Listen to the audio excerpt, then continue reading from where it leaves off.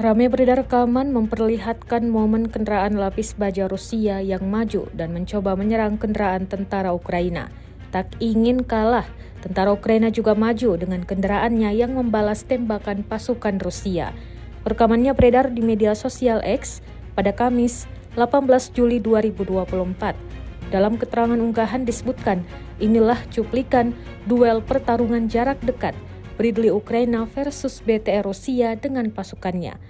Drone merekam Bradley yang membabi buta menyerang BTR Rusia. Serangan jarak dekat nyaris membuat BTR Rusia keok. Bahkan pasukan Rusia di atas kendaraan tampak berjatuhan akibat tembakan brutal Bradley Ukraina. Meski menderita kerusakan, BTR mencoba menghindari Bradley. Asap akibat gempuran pada kendaraan militer Putin tampak jelas. Rekamannya kini telah menuai berbagai komentar dari warganet.